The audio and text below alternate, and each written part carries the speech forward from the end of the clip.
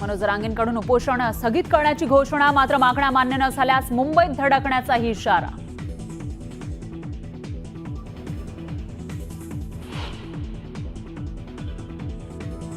पार्टनरने tax न भरल्यामुळे ईडीची notice आली, हे सीएनं सांगितलं. फक्त एवढ्याशा गोष्टीसाठी मी ईडीला घाबरलो नाही. ईडी नोटीशीवर राज ठाकरेंचं पहिल्यांदाच जाहीर भाष्य.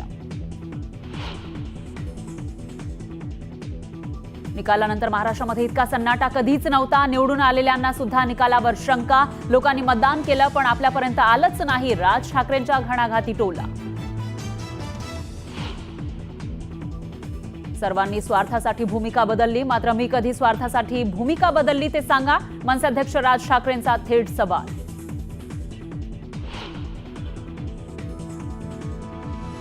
त्र्याहत्तर कोटींच्या घोटाळ्याची अजितदादांकडे लेखी तक्रार करणार, तर दादांच्या पीएला पेनड्राईव्हचा पुरावा दिलाय. बीपीडीसी बैठकीनंतर सुरेश धस यांची माहिती.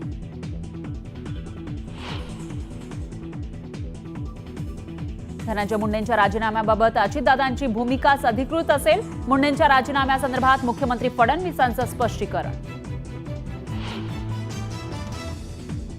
लग्नात भेटल्यामुळे पक्ष जवळ येतात, हा भाबडा विचार. उद्धव ठाकरे आणि चंद्रकांत पाटलांच्या भेटीमुळे युतीच्या चर्चांवर फडणवीसांचा थेट हल्लाबोल.